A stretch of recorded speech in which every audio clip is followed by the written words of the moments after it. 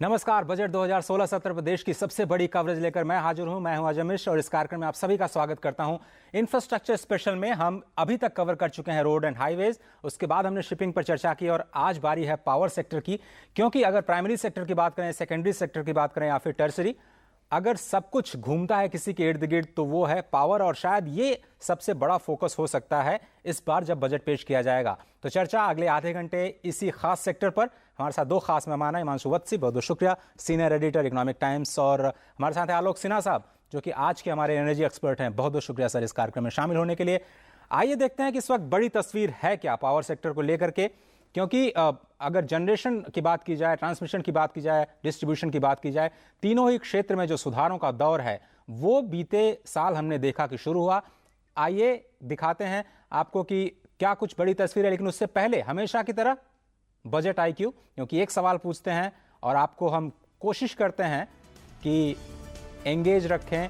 पहली बार बजट दस्तावेज की छपाई हिंदी में कब शुरू हुई, ये हमारा आज का सवाल है। अगर आपके पास जवाब है तो हमारे साथ बने रहिए, इसका जवाब हम आपको कार्यक्रम के आखिर में जरूर देंगे। लेकिन उससे पहले आइए एक निगाह डालते हैं कि क्या कुछ स्थिति है अभी जनरेशन की। बिजली उत्पादन पर एक नजर, अगर थर्मल की बात करें 70%, न्यूक्लियर केवल 2%, थर्मल करीब थर्मल तो 70% है, हाइड्रो की बात करें तो 15% के करीब, और रिन्यूएबल्स में 13%, जिसमें करीब 6% जो हिस्सेदारी है, 6-6.5%, वो सोलर की तरफ है। तो अभी जो इंस्टॉल्ड कैपेसिटी है वो उसमें थर्मल की सबसे बड़ी भूमिका इस वक्त निगाह में जो स्पष्ट है वो नजर आ रही है। अब आप निगाह डालते हैं कि बीते साल हुआ क्या और बीता साल क्यों खास रहा है एनर्जी सेक्टर के लिए। क्योंकि ये देखिए, अगर ट्रांसमिशन की बात करें, हाईएस्ट एवर सबस्टेशन कैपेसिटी, सबसे ज़्यादा जनरेशन जो है वो ऐड हुआ है अभी तक। रिन्यूएबल्स में सबसे ज़्यादा एक ही साल में होने का रिकॉर्ड जो है इस साल दिखा है, और ये दिखाता है कि कितना बड़ा फोकस है एनर्जी सेक्टर का सरकार का। पहला रिएक्शन सिन्हा साहब आपसे, ये जो फोकस है तीनों ही दिशाओं में, डिस्ट्रीब्यूशन, ट्रांसमिशन और जनरेशन में, आपको लगता है कि जो पिकअप हुआ है, रिवाइवल हुआ है इस सेक्टर का, बीते एक साल में शुरू हुआ है? हाँ जी, पिछले एक साल में देयर इज नो डाउट कि पिकअप में बहुत रिकवरी हुई है। उसका श्रेय इस गवर्नमेंट को जाता है, इसलिए है कि इन्होंने फोकस्ड अटेंशन उसमें दिया है। लेकिन टू सम एक्सटेंट पिछले गवर्नमेंट को भी श्रेय इसलिए जाता है कि पिछले गवर्नमेंट का परफॉर्मेंस इतना लो था कि बेस ही बड़ा लो था, तो उस बेस पे इम्प्रूवमेंट दिखाना आसान है। ठीक है, मुझे लगता है इस गवर्नमेंट को भी बहुत कुछ करना है पावर सेक्टर में। हिमांशु जी कह रहे हैं कि बेस की वजह से ऐसा दिख रहा है कि आपके बहुत ज़्यादा काम हुआ है, क्योंकि काम बहुत कम हुआ था। लेकिन जो दिशा है तीनों ही सेक्टर के रिफॉर्म्स की, वो आपको क्या लग रही है? उसके बाद हम डिफरेंट सेगमेंट्स में आते हैं चर्चा के लिए। देखिए, जो सरकार की स्ट्रैटेजी रही है, जिसमें मेरे को सबसे अच्छी बात लगी है कि वो बहुत फोकस्ड रहे हैं। कि आते ही सबसे बड़ी प्रॉब्लम थी कि कोयला नहीं है, ठीक है, कोयले की कमी है, इंपोर्ट हो रहा है, कोल इंडिया की प्रोडक्शन नहीं बढ़ रही, उसको उन्होंने सॉर्ट आउट किया। आज कोयले के स्टॉक्स हर पावर प्लांट में बहुत बढ़ गए हैं। फिर उसके बाद एक एक स्टेप लेके जैसे ट्रांसमिशन पे उन्होंने इनिशिएटिव्स लिए, डिस्ट्रीब्यूशन रिफॉर्म, उदय स्कीम लाए, तो उससे जो मेन प्रॉब्लम्स हैं उनको उन्होंने हेड ऑन टैकल किया है। तो प्रोग्रेस काफ़ी है। और दूसरी इनकी बात से मैं सहमत हूँ कि जो उन्होंने इनहेरिट किया था वो इतना खराब सेक्टर था, चाहे उसमें फ्यूल सप्लाई हो, ट्रांसमिशन हो, बिलिंग हो, हर जगह दिक्कत थी। प्राइवेट सेक्टर को प्रॉब्लम थी, कंज्यूमर को प्रॉब्लम थी, तो बहुत ही खराब स्थिति में सेक्टर था। और उस पर कई कदम उठाए गए हैं, लेकिन अभी काफ़ी स्कोप है और कुछ करने का, काफ़ी कुछ स्कोप है। लेकिन अब हम शुरुआत करते हैं अपनी बजट यात्रा की, और जो सबसे बड़ा फोकस बीते एक साल में नजर आया है वो दिखाई दिया है ग्रामीण विद्युतीकरण पे। और मिशन 1000 दिन, यानी 1000 दिन में देश के करीब 18,000 गांवों तक ये जो बिजली पहुंचाने का लक्ष्य रखा गया है वो कहां तक पहुंचा है, उसकी एक बानगी अपने रिपोर्टर्स के जरिए बजट यात्रा में आपको दिखाते हैं। उसके बाद ये चर्चा जारी है।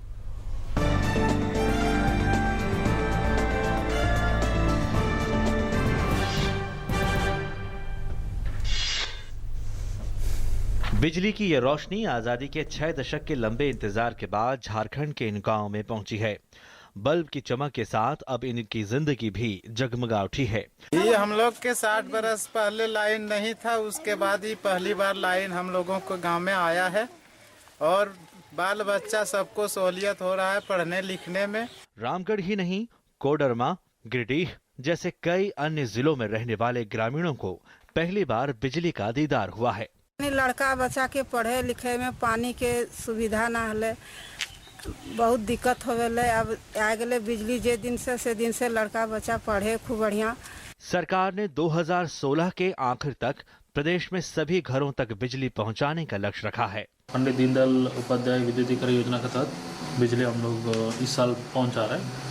तो अभी देख सकते हैं पतरातू में अभी सूचना मिल रहा है कि 3 पंचायतें लबगा, बिछा, कुरसे में जो आफ्टर आज़ादी के बाद पहली बार लोग बिजली देख रहे हैं। बिजली पहुंचाने के लिए उत्पादन बढ़ाना भी लक्ष्य है। राज्य का 324 मेगावाट विद्युत उत्पादन बढ़कर कुल क्षमता 2156 मेगावाट हो गई है, जिसे 2022 तक 4000 मेगावाट करने का लक्ष्य है। जैसे कुछ जगह पे हमको इवैक्यूएशन की दिक्कतें थी, लेकिन वो अभी हम लोगों ने ट्रांसमिशन नेटवर्क को स्ट्रेंथन किया है और हमारे करीब 10 ग्रिड सबस्टेशन और 850 किलोमीटर ट्रांसमिशन लाइन की योजना चल रही है। और अभी पिछले वित्तीय वर्ष में हमने जैसे 4 ग्रिड सबस्टेशन को कंप्लीट भी किया है। झारखंड में फिलहाल बिजली की खपत राष्ट्रीय औसत के आधे से भी कम है। ऐसे में बिजली की पहुंच बढ़ाकर झारखंड में लोगों की जिंदगी को और रोशन बनाया जा सकता है। हाल के महीनों में झारखंड में करीब 60 गांवों में पहली बार विद्युतीकरण का काम किया गया और बिजली की रोशनी यहां पर पहुंची है। और लोगों को अब उम्मीद है कि बजट में जिस तरह का प्रावधान किया जाएगा उससे जल्द ही जो शेष गांव बचे हैं वहां पर बिजली की रोशनी पहुंच जाएगी। कैमरा पर्सन सर्जुन दास के साथ मैं दिवाकर कुमार, दूरदर्शन समाचार।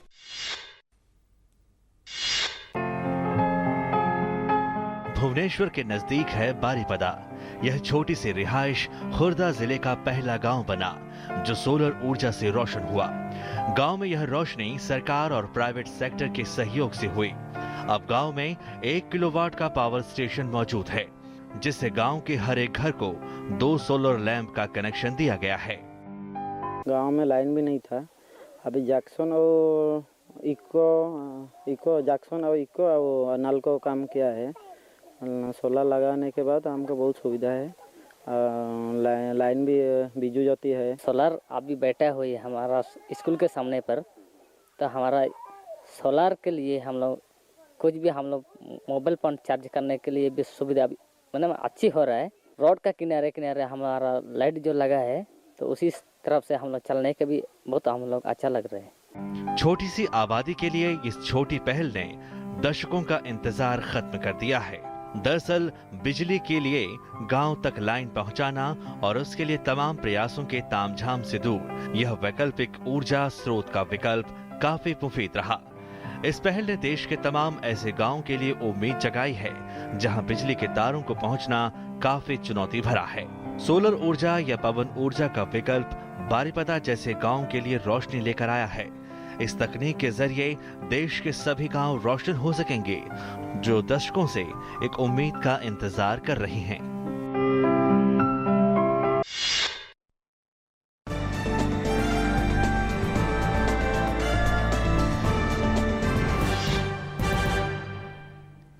तो इन दोनों ये खूबसूरत स्टोरीज के जरिए हमने ये देखा कि जो ऑन ग्रिड सोल्यूशन और ऑफ ग्रिड सोल्यूशन में कैसे दो खूबसूरत स्टोरीज हमारे देश के जो ग्रामीण इलाके हैं वहां से निकल कर आई है। सिन्हा साहब, जो ये इलेक्ट्रिफिकेशन, जो रूरल इलेक्ट्रिफिकेशन कार्यक्रम है, उसको और ज्यादा मजबूती देने के लिए क्या बजट में कुछ देखने को मिलेगा?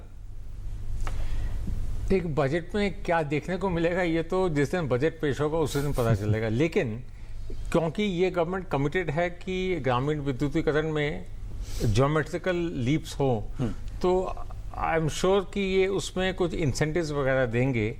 यहाँ मैं एक चीज कह दूं कि जैसे रूस में भी जब 1917 में इनकलाब आया था तो लेनिन ने भी कहा था कि Soviets plus electricity equals revolution. जब तक बिजली नहीं होगी ना प्रगति होगा, ना इनकलाब होगा, ना क्रांति होगा।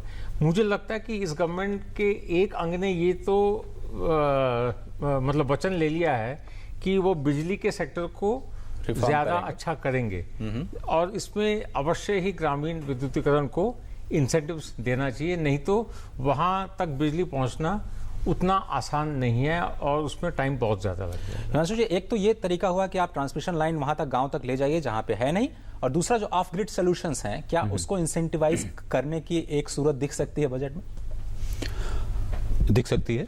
ऑफ ग्रिड सोल्यूशन बहुत इंपॉर्टेंट है, और जो कई रिसेंटली पॉलिसीज आई हैं और जो कुछ ज़्यादा पब्लिकली हाईलाइट नहीं हो पाई हैं, उसमें से एक ये है कि पहले ऑफ ग्रिड वाले को ये दिक्कत थी कि उन्होंने ऑफ ग्रिड एक लगा दी माइक्रो ग्रिड, और उसके बाद जब ग्रिड मेन वहाँ पहुँच गया तो वो यूजलेस हो गया। तो अब उसको रिजॉल्व करने के लिए भी एक पॉलिसी आ चुकी है कि वो कैसे नया जब ग्रिड आएगा वो कैसे इंटीग्रेट हो जाएगा।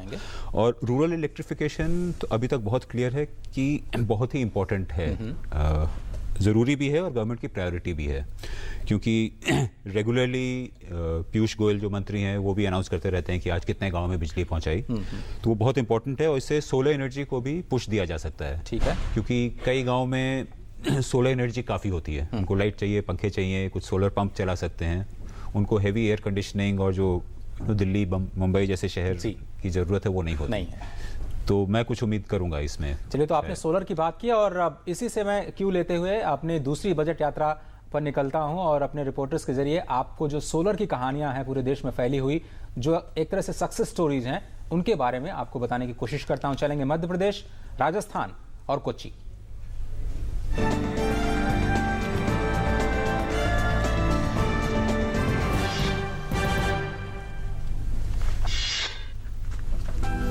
सौर ऊर्जा से मध्य प्रदेश में 2 मेगावाट बिजली पैदा होती थी, लेकिन आज 130 मेगावाट बिजली बनाई जा रही है। राज्य की नीमच में सोलर प्लांट लगा और वैकल्पिक ऊर्जा के क्षेत्र में मध्य प्रदेश का योगदान बढ़ गया। नीमच की सफलता के बाद अब रीवा में दुनिया में अब तक का सबसे बड़ा सोलर पावर प्लांट लग रहा है। देश का बल्कि एशिया का सबसे बड़ा सोलर प्लांट आज की तारीख में मध्य प्रदेश में ही स्थित है। नीमच में 130 मेगावाट का ये प्लांट है। इसके अलावा अब हम लोग एक विश्व के सबसे बड़े सोलर प्लांट की तैयारी कर रहे हैं और हम लोग 750 मेगावाट का प्लांट रीवा में लाने की तैयारी कर रहे हैं।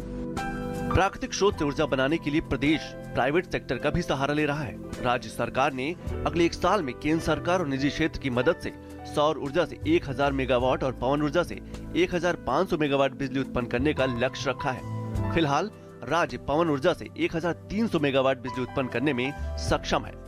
विंड एनर्जी में हमारे पास आज की तारीख में करीब 850 मेगावाट के प्लांट्स राज्य में हैं और जो इस वित्तीय वर्ष के आगामी 2 माह हैं उसमें हम लोग और करीबन 500 मेगावाट और जोड़ लेंगे। ऊर्जा की बढ़ती खपत के मद्देनजर वैकल्पिक ऊर्जा स्रोत एक बेहतर विकल्प है। पर्यावरण को बिना नुकसान पहुंचाए इन स्रोतों के जरिए गांव-गांव आसानी से रोशन भी हो सकेगा। भारत का लक्ष्य है कि वो मात्र सोलार एनर्जी से ही करीब 2.25 लाख मेगावाट बिजली उत्पन्न करे। ऐसे में नीमच और उसके बाद अब रीवा का प्लांट जब बनकर तैयार हो जाएगा तो वो भारत के इस लक्ष्य को पूरा करने में अहम योगदान निभाएगा। कैमरा पर्सन विजय शर्मा के साथ आदित्य श्रीवास्तव, डीडी न्यूज, भोपाल।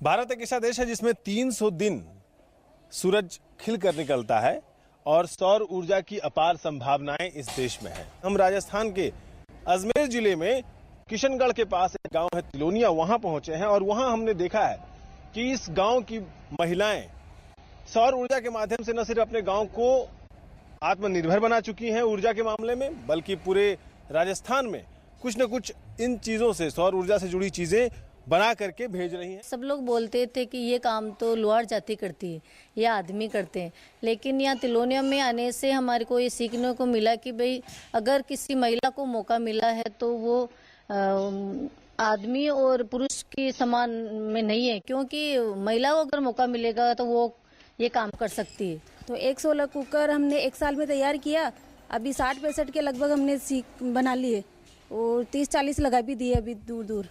आप मेरे पीछे देख सकते हैं, ये कुल मिलाकर 37 महिलाएं हैं जिनको ये यहाँ पर ये ट्रेनिंग दी जा रही है कि वो सौर ऊर्जा का इस्तेमाल कैसे अपने अंधेरे गांव को रोशन करने में करें। जी, इनको एक सोलर का काम सिखाते हैं, जैसे सोलर लालटेन सर्किट बनाना है, चार्ज कंट्रोलर है, एलईडी लैंप है, होम लाइटिंग सिस्टम का फैब्रिकेशन करना है, रिपेयरमेंट करना है, टेस्टिंग करना है। इस तरीके का REW एक छोटा वर्कशॉप भी देते हैं इनको। तो ये गाँव न सिर्फ सोलर एनर्जी को यूज कर रहा है, बल्कि देश और विदेश में जो लोग सौर ऊर्जा के प्रति उत्सुक हैं उनको भी ये बता रहा है कि सौर ऊर्जा का इस्तेमाल कैसे विकास के लिए, तरक्की के लिए और उसकी रफ्तार को बढ़ाने के लिए किया जा सकता है। कैमरामैन राकेश कुमार के साथ मंजीत ठाकुर, डीडी न्यूज, किशनगढ़।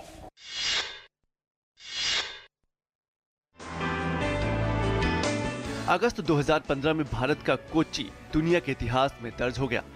कोच्चि का इंटरनेशनल एयरपोर्ट ऐसा पहला एयरपोर्ट बन गया जो पूरी तरह से सोलर पावर से ऑपरेट हो रहा है। 45 एकड़ में 46,150 सोलर पैनल्स लगाए गए हैं। इससे एयरपोर्ट को 50,000 से 60,000 यूनिट बिजली रोजाना मिल रही है। इसका उपयोग एयरपोर्ट के ऑपरेशन में किया जा रहा है। CIAL ने मार्च 2013 में अराइवल टर्मिनल ब्लॉक की छत पर 100 किलोवाट सोलर PV प्लांट की सबसे पहले स्थापना की थी। इसी पहल के अच्छे नतीजों ने वैकल्पिक ऊर्जा की तरफ एक और कदम बढ़ाने के लिए उत्साहित किया और 2015 में कोच्चि एयरपोर्ट अपने नए कलेवर के साथ दुनिया के सामने था। इस पहल से अगले 25 सालों में लगभग थर्मल पावर के 3 लाख मीट्रिक टन धुएं से बचा जा सकेगा, जो कि 30 लाख पेड़ों के जलाने के बराबर होगा।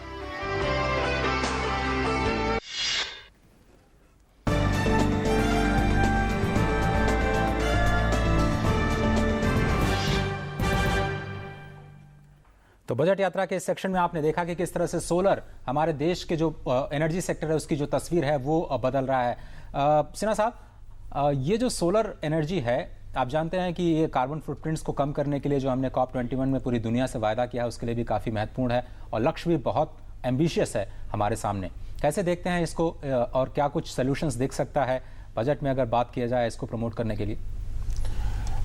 देखिए, इंडिया में हमारे देश में धूप 365 में से कम 300 दिन तो अच्छी तरह आती है। उसलिए सोलर एनर्जी का स्रोत तो हमारे देश में बहुत ही ज्यादा है। वैसे अभी तक इसमें उतनी उपलब्धि नहीं हुई है क्योंकि जितना भी हम बिजली का उत्पादन कर रहे हैं उसमें से केवल 6.5% ही सोलर एनर्जी से आ रहा है जी। लेकिन अगर आप फ्रांस का उदाहरण देखें, फ्रांस में 97% बिजली या तो न्यूक्लियर या सोलर से आ रहा है। उसलिए यहाँ इंसेंटिव जरूर देना पड़ेगा। वैसे यहाँ सुना है कि सोलर के टैरिफ रेट्स भी अब घट के, शुरू हुए तो 18 रुपए प्रति यूनिट से, अब घट के 4 रुपए प्रति यूनिट पे आ गए हैं। लेकिन सोलर को इतना ज्यादा नीचे नहीं करना चाहिए क्योंकि सोलर को लगाने के लिए रिस्क्स बहुत है, उसका इक्विपमेंट उतना अभी टेस्टेड नहीं है एंड ये कोई गारंटी नहीं है कि जैसे थर्मल और हाइडल में जैसे ही बन जाए तो बिजली का उत्पादन होगा, सोलर में कंटिन्यूसली होगा। सोलर इंडिया के लिए एक एक्सपेरिमेंट है जिस मोमेंटम को रखने के लिए सोलर के टैरिफ को थोड़ा और भी इंसेंटिव देना चाहिए। हिमांशु जी, आपको लगता है कि मेक इन इंडिया के तहत जो सोलर पैनल्स जो हम बाहर से इंपोर्ट कर रहे हैं, क्या उसका एक विकल्प ये बजट दे सकता है? क्या हम इसको और अफोर्डेबल बना सकते हैं? देखिए, अफोर्डेबल तो ये टेक्नोलॉजी धीरे धीरे अपने आप हो रही है। हर साल जो नए पैनल, नए इक्विपमेंट आते हैं वो 5-7% पिछले से सस्ते होते हैं या ज़्यादा एफिशिएंट होते हैं। ठीक है। मेरे हिसाब से इसमें मेन मुद्दा ये है कि गवर्नमेंट बहुत ट्रांसपेरेंटली एक टेंडर लाती है सोलर प्रोजेक्ट के लिए जी। जो कंपनीज हैं वो प्रोजेक्ट को बैक करने के लिए बहुत लो बिड कर देती हैं। ठीक है, जब एक बार प्रोजेक्ट मिल गया उसके बाद वही लोग स्टेटमेंट देते हैं कि सरकार को कुछ करना चाहिए, इतने कम टैरिफ से काम चलेगा नहीं। अच्छा, तो ये मेरे ख्याल से एक बहुत बड़ा कंट्राडिक्शन है और ये किसी तरह कंपनीज और सरकार को उसको रिजॉल्व करना पड़ेगा। हो सकता है बजट में कुछ क्लियर अनाउंसमेंट हो या सेपरेटली, क्योंकि ये कई बार हम लोगों ने ये देखा है कि कंपनी को प्रोजेक्ट तो मिल गया, उसके बाद बोल रही है कि इसको थोड़ा डिले करना चाहिए या सरकार को बोल रही है आप कुछ करिए, लॉन्ग टर्म फ्यूचर के लिए अच्छा नहीं है अगर इतने लो टैरिफ हो जाएं।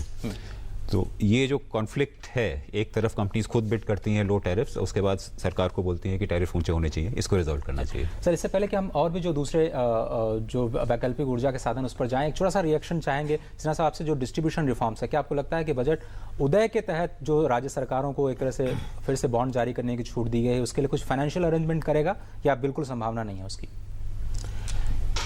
उसमें पहले तो मन ये बना लेना चाहिए कि उदय स्कीम को it has to be made successful, क्योंकि अगर उदय स्कीम सक्सेसफुल नहीं हुआ तो स्टेट गवर्नमेंट्स के जो डिस्कॉम्स हैं उनका फ्यूचर बड़ा ब्लीक है।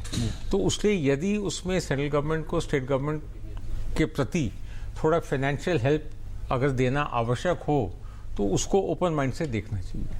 चलिए, बहुत शुक्रिया। ओपन माइंड से देखना चाहिए और राज्यों की भी कम जिम्मेदारी नहीं है अगर बात की जाए ऊर्जा सुरक्षा की, देश को पहुंचाने की। अब थोड़ा सा रुख करते हैं वैकल्पिक ऊर्जा जो कि विंड एनर्जी की क्या स्थिति है उसको समझते हैं इस पैकेज या स्टोरी के जरिए। उसके बाद ये चर्चा जारी है, कहीं मत जाइए, देखते रहिए हमारा एक खास कार्यक्रम। जब पूरी दुनिया कार्बन उत्सर्जन कम करने की कोशिशों में लगी है, भारत भी इसमें पीछे नहीं है और सरकार गैर पारंपरिक ऊर्जा क्षेत्र पर खासा ध्यान दे रही है। पवन ऊर्जा के मामले में भारत 22,465 मेगावाट की क्षमता के साथ दुनिया में 5वें स्थान पर है। गैर परंपरागत ऊर्जा क्षेत्र में भारत ने साल 2022 तक पवन ऊर्जा के उत्पादन को 60,000 मेगावाट तक बढ़ाने का लक्ष्य तय किया है। पवन ऊर्जा का उत्पादन बढ़ाने के लिए कैबिनेट ने गैर तटीय प्रदेशों में भी पवन चक्कियां लगाने की मंजूरी दे दी है। सरकार के इस फैसले से मध्य प्रदेश ने हाल ही में राज्य में 1000 मेगावाट क्षमता का पवन ऊर्जा संयंत्र लगाने के लिए सिंगापुर की एक कंपनी से समझौता किया है। देश में पवन ऊर्जा की संभावनाओं के मद्देनजर कई विदेशी कंपनियां दिलचस्पी दिखा रही हैं और भारत पवन ऊर्जा के लिए पैसा लगाने वाले देशों में सबसे आगे है। इंडियन रिन्यूएबल एनर्जी एजेंसी के अनुसार अगले 3 साल में देश में पवन ऊर्जा और सौर ऊर्जा के क्षेत्र में सालाना 22 अरब डॉलर का निवेश होने की उम्मीद है। वित्त मंत्री ने पिछले बजट में गैर परंपरागत ऊर्जा के विकास के लिए मंत्रालय को 500 करोड़ रुपए आवंटित किए थे और पवन ऊर्जा से जुड़े कुछ उपकरणों के लिए टैक्स में छूट भी दी थी। इस साल भी उम्मीद है कि वित्त मंत्री गैर परंपरागत ऊर्जा के विकास के लिए कुछ और नई सौगातें देंगे। Bureau report, DD news. Bharat दुनिया का 5वां सबसे बड़ा उत्पादक देश है अगर ऊर्जा की बात की जाए और 5वां सबसे बड़ा उपभोक्ता। लेकिन अगर ये दुनिया की सबसे बड़ी तेज रफ्तार अर्थव्यवस्था है तो जाहिर है कि एनर्जी सेक्टर में काफी कुछ किया जाना बाकी है। सिन्हा साहब, वो 3 बातें जो आप इस बजट में ऊर्जा सेक्टर या एनर्जी सेक्टर के लिए देखना चाहेंगे? देखिए, सबसे पहले तो इसमें जितने भी लाइसेंसेस वगैरह दिए जाएंगे, जिसमें भी कोई भी प्रोजेक्ट का क्लियरेंस दिया जाएगा, उसके बाद जैसे ही प्रोजेक्ट का इम्प्लीमेंटेशन शुरू होगा एक टाइम बाउंड प्रोग्राम होना चाहिए। उसमें बाद के जो रेगुलेटरी क्लियरेंसेस मिलने हैं उसको दिलवाने के लिए it should be very time bound, वो ये एंडलेस नहीं होना चाहिए। ठीक है, पहला चीज़ तो ये है। अच्छा, दूसरा, हमने एक न्यूक्लियर डील किया था 2008 में जी, उसके तहत अब केवल एक ही न्यूक्लियर प्लांट अभी तक बन पाया है। उस पर बहुत ही ज्यादा इंपॉर्टेंस देना चाहिए, अटेंशन देना चाहिए। अगर और कोई कंट्री नहीं हमें हेल्प कर रही तो फ्रांस और रशिया के हेल्प से हमें आगे बढ़ना चाहिए और आगे तीसरा अवश्य ही बढ़ना चाहिए। और तीसरा, जो जैसे मैंने कहा कि ये विंड एनर्जी और सोलर एनर्जी में टैरिफ को उतना ज्यादा कॉम्पिटिटिव नहीं करना चाहिए, उनको थोड़ा सॉफ्ट अप्रोच देना चाहिए उनको। शुक्रिया सर। हिमांशु जी, वही सवाल आपसे भी सरल, 3 बड़ी चीजें जो आसानी से वित्त मंत्री कर सकते हैं कि फाइनेंशियल उनको बहुत ज्यादा बोझ ना आए और रिफॉर्म की जो गाड़ी है वो आगे बढ़ती रहे। देखिए, पहली चीज तो है जो उदय स्कीम है, उसमें कुछ इंसेंटिव्स हैं और कुछ पेनल्टीज हैं जी। मेरे ख्याल से इंसेंटिव्स, कई सेंट्रल स्कीम्स हैं, वो बढ़ा दी जा सकती हैं ताकि स्टेट्स पे और प्रेशर हो कि आप उदय को इम्प्लीमेंट करें विद ट्रू स्पिरिट। तो वो मेरे हिसाब से बहुत इंपॉर्टेंट है। सेकंड, जो हमारा रिन्यूएबल एनर्जी प्रोग्राम है, उस पर बहुत कंक्रीट दिशा की ज़रूरत है कि किस हद तक ये अपनी वायबिलिटी पे चलेगा और कितनी सब्सिडी इसे चाहिए। ठीक है, क्योंकि जब आप 1 लाख 1.5 लाख मेगावाट की बात करते हैं तो वो पूरा सब्सिडी पे नहीं चल सकता। तीसरी बात सर, तो ये बहुत ज़रूरी है। तीसरा, मेरे ख्याल से जो प्लग एंड प्ले मॉडल पे अल्ट्रा मेगा जिसकी शुरुआत पिछले बजट में की गई थी, उसकी शुरुआत होनी चाहिए। हाँ, उसको अब इस फाइनेंशियल ईयर में उनको कंस्ट्रक्शन। चलिए सर, अब रैपिड फायर राउंड पर हम आ चुके हैं। आइए देखते हैं कि रैपिड फायर राउंड में हमारा क्या है पहला सवाल, जिनका जवाब हम अपने मेहमान से लेंगे। आइए देखते हैं पहला सवाल, क्या बुनियादी क्षेत्र में सबसे ज्यादा फोकस पावर सेक्टर पर रहेगा? सिन्हा साहब, जितने इंफ्रास्ट्रक्चर सेगमेंट हैं। हाँ जी, इसमें जरूर रहना चाहिए। इस पे रोड्स पे, रोड का तो चल गया, लेकिन इसमें लैंड एक्विजिशन के प्रॉब्लम बहुत ज़्यादा होते हैं, इसमें रेगुलेटरी क्लियरेंसेस के प्रॉब्लम बहुत ज़्यादा होते हैं, इसलिए इसको ज़्यादा फोकस देने की आवश्यकता। चलिए देखते हैं दूसरा सवाल क्या है रैपिड फायर राउंड का आपकी स्क्रीन पर। दूसरा सवाल रैपिड फायर राउंड का, देश में हाइड्रो पावर कैपेसिटी केवल 40,000 मेगावाट की है, 1.5 लाख मेगावाट के लिए बजट क्या कर सकता है, क्षमता क्या है? सिन्हा साहब, इसमें तो अवश्य ही बजटरी इंसेंटिव्स तो उनको लोन्स के रेट्स में थोड़ा सॉफ्टन अप करना चाहिए, क्योंकि हाइडल प्रोजेक्ट के कंप्लीशन में जितने ज्यादा रिस्क्स होते हैं वो और किसी प्रोजेक्ट में नहीं होता, तो उसको इंसेंटिवाइज किया जाना चाहिए। रैपिड फायर का तीसरा सवाल, आइए देखते हैं क्या है हमारे मेहमानों के लिए। मेक इन इंडिया और स्वच्छ भारत को सपोर्ट करने के लिए वेस्ट एनर्जी मैनेजमेंट के लिए क्या कुछ कदम दिख सकते हैं? व्हाट्सअप इसके लिए कदम बहुत ज़रूरी हैं, शायद दिख भी सकते हैं, क्योंकि आजकल पोल्यूशन एक बहुत बड़ा इशू हो गया है। बॉम्बे में बहुत पोल्यूशन हुई थी इसलिए क्योंकि वेस्ट में आग लग गई थी, और वेस्ट मैनेजमेंट जो प्रोजेक्ट लगाना चाहते हैं वो बोलते हैं कि वेस्ट इजीली अवेलेबल नहीं है। ठीक है, तो इन दोनों को बेस करना चाहिए जा और मुझे उम्मीद है। देखते हैं चौथा सवाल क्या है आज हमारे रैपिड फायर राउंड में हमारे मेहमानों के लिए। बीते 3 सालों में एक भी बड़ा पावर प्रोजेक्ट देश में नहीं लग पाया, इन्वेस्टमेंट नहीं आ पाया। निवेशकों का विश्वास वापस लाने के लिए बजट क्या कर सकता है? सिन्हा साहब, देखिए, इंडिया में पैसे की कोई कमी नहीं है, तो यदि इन्वेस्टर्स डिस्करेज हो रहे हैं from setting up power project, तो स्टेट को दोबारा इस सेक्टर में वापस आना चाहिए। अगर अमेरिका में सेनेटर सैंडर्स स्टेट को मतलब केंद्र सरकार बात कर सकते हैं, तो इंडिया में क्यों नहीं कर सकते? केंद्र सरकार को वापस आना होगा इस सेक्टर में। देखते हैं अंतिम सवाल क्या है रैपिड फायर राउंड का। सोलर कैपेसिटी का लक्ष्य पाने के लिए बजट में क्या कदम उठाए जाने चाहिए? व्हाट्सएप एक कदम जिसका मैंने पहले भी जिक्र किया था, स्टेट इलेक्ट्रिसिटी बोर्ड और जो डिस्ट्रीब्यूशन कंपनीज हैं उनको स्ट्रेंथन करें, उदय कार्यक्रम को और बढ़ाएं, क्योंकि फाइनली जो सोलर प्रोजेक्ट्स हैं वो स्टेट डिस्ट्रीब्यूशन कंपनी को बेचते हैं। तो वो बहुत ज़रूरी है, क्योंकि कोई प्रोजेक्ट लगाता है तो उसके लिए कैश फ्लो रिस्क बन जाता है अगर स्टेट इलेक्ट्रिसिटी बोर्ड की फाइनेंशियल सिचुएशन ठीक नहीं है। जी, बहुत शुक्रिया। और वक्त है अब उस सवाल के जवाब जानने का जिससे हमने अपने कार्यक्रम के शुरू में पूछा था। आइए देखते हैं सवाल क्या है और उसका जवाब। सवाल ये कि बजट की छपाई जो है वो हिंदी भाषा में कब शुरू हुई? आइए अब जानते हैं इसका जवाब। हिंदी भाषा में भी बजट 1955-56 से छपना शुरू हो गया। तो फिलहाल आज के इस कार्यक्रम में सिर्फ इतना ही। अपने दोनों ही मेहमानों का बहुत बहुत शुक्रिया। सिन्हा साहब, आपने इस कार्यक्रम में वक्त निकाला, बहुत शुक्रिया। हिमांशु जी, लगातार आप हमारे साथ बने रहते हैं, आपका भी बहुत बहुत शुक्रिया। तो हमें उम्मीद है कल आप 7:30 बजे इस कार्यक्रम का हिस्सा फिर से बनेंगे, क्योंकि इंफ्रास्ट्रक्चर के बाद कल है बारी मेक इन इंडिया की। फोकस होगा मैन्युफैक्चरिंग, और मैन्युफैक्चरिंग के लिए क्या इस बजट में कुछ देखने को मिल सकता है, रोजगार पर क्या फोकस होगा, यही कल होगा चर्चा का विषय। फिलहाल मेरी पूरी बजट टीम को दीजिए इजाजत। नमस्कार।